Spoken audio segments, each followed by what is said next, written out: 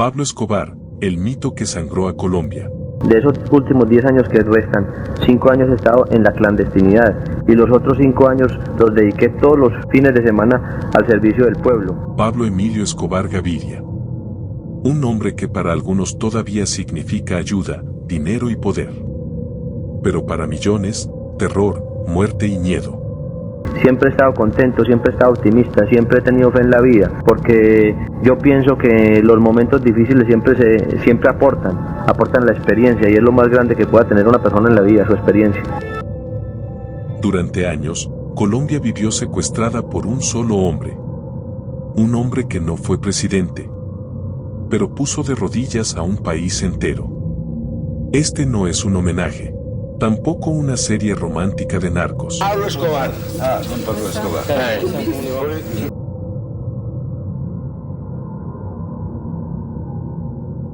Esta es la historia real.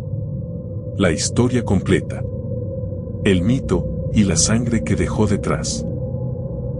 Pablo Escobar nació en 1949 en Río Negro, Antioquia.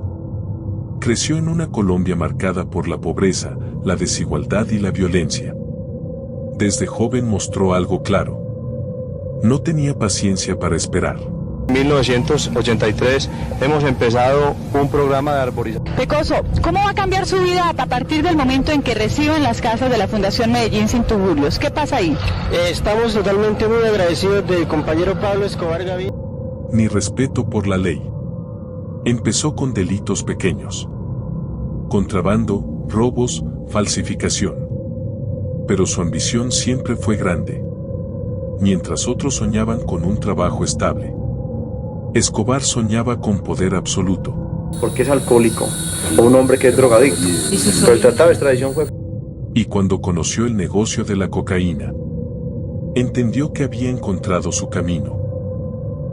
En los años 70 y 80, Estados Unidos vivía una explosión en el consumo de drogas. La cocaína se convirtió en oro blanco. Pablo Escobar vio la oportunidad y construyó el cartel de Medellín. Cada semana salían toneladas de droga hacia Estados Unidos. Cada semana entraban millones de dólares. Dinero en efectivo. Tanto dinero que no podía contarse, ni guardarse, ni esconderse. Escobar llegó a ganar más de 400 millones de dólares a la semana. Pero el dinero no era suficiente. Quería respeto. Quería miedo. Quería control.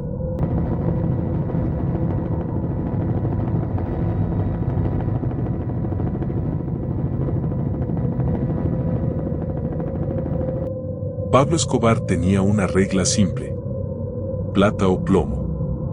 O aceptabas su dinero, o recibías una bala. Policías, jueces, políticos, militares. Muchos cayeron. Otros murieron. Colombia comenzó a vivir bajo amenaza constante. Carros bomba. Asesinatos públicos. Explosiones en centros comerciales. En 1989, un avión comercial fue explotado en pleno vuelo. Murieron más de 100 personas inocentes. El mensaje era claro. Si el Estado no obedecía, el país pagaba. La era del terror, las bombas de Pablo Escobar. Cuando Pablo Escobar sintió que el Estado ya no podía ser comprado, decidió algo aún más peligroso: aterrorizar a todo un país. Colombia entró en una de sus etapas más oscuras. Las bombas comenzaron a hablar por él. Carros cargados de explosivos estallaban en calles concurridas, edificios públicos, centros comerciales y hasta aviones. No había distinción entre culpables e inocentes. El mensaje era claro. Si me persiguen, el país paga las consecuencias. Uno de los atentados que marcó para siempre la historia fue la explosión del avión de Avianca en 1989. Murieron más de 100 personas. No era un ataque contra un enemigo directo, era una demostración de poder y de crueldad. Poco después, el edificio del DAS fue reducido a escombros en pleno centro de Bogotá. Decenas de muertos, cientos de heridos, familias destruidas. El narcotráfico había cruzado una línea sin retorno. La población vivía con miedo constante. Salir a trabajar, subir a un bus, entrar a un banco, todo podía ser una sentencia de muerte. Colombia se convirtió en un país secuestrado por el terror. Pero las bombas no solo destruyeron vidas inocentes. También sellaron el destino de Escobar. El que alguna vez fue visto por algunos como un benefactor, pasó a ser el enemigo número uno del pueblo colombiano. Ahí comenzó su caída.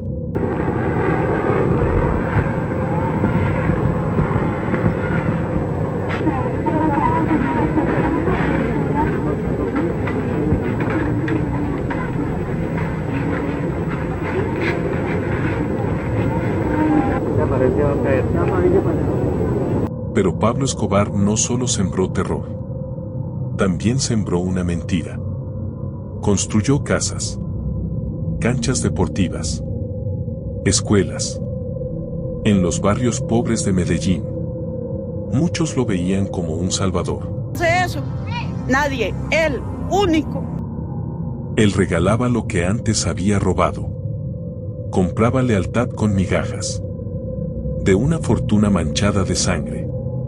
Ese fue su mayor truco. Hacerse ver como héroe.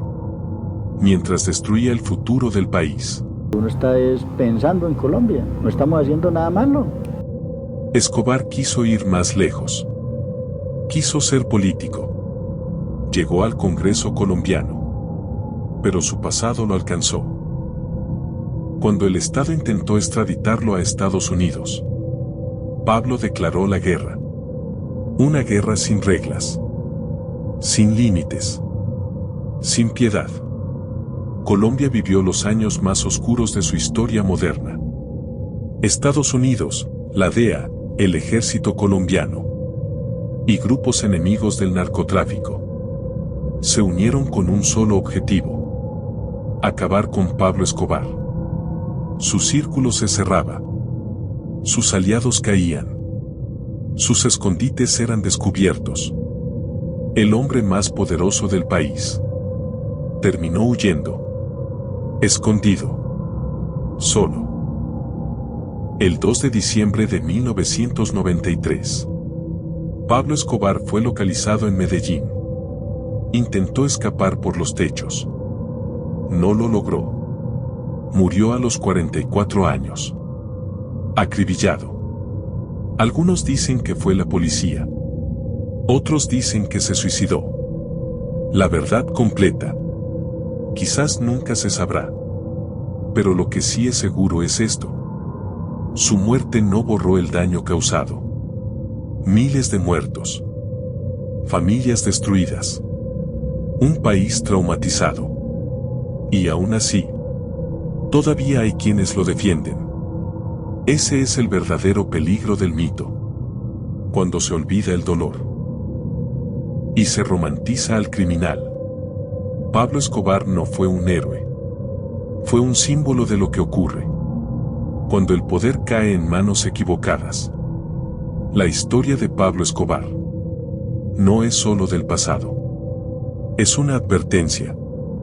Porque mientras exista pobreza, corrupción y silencio, siempre habrá alguien dispuesto a ocupar su lugar. Y ahora la pregunta es para ti. ¿Crees que hoy podría volver a surgir un Pablo Escobar? ¿O hemos aprendido la lección? Déjalo en los comentarios.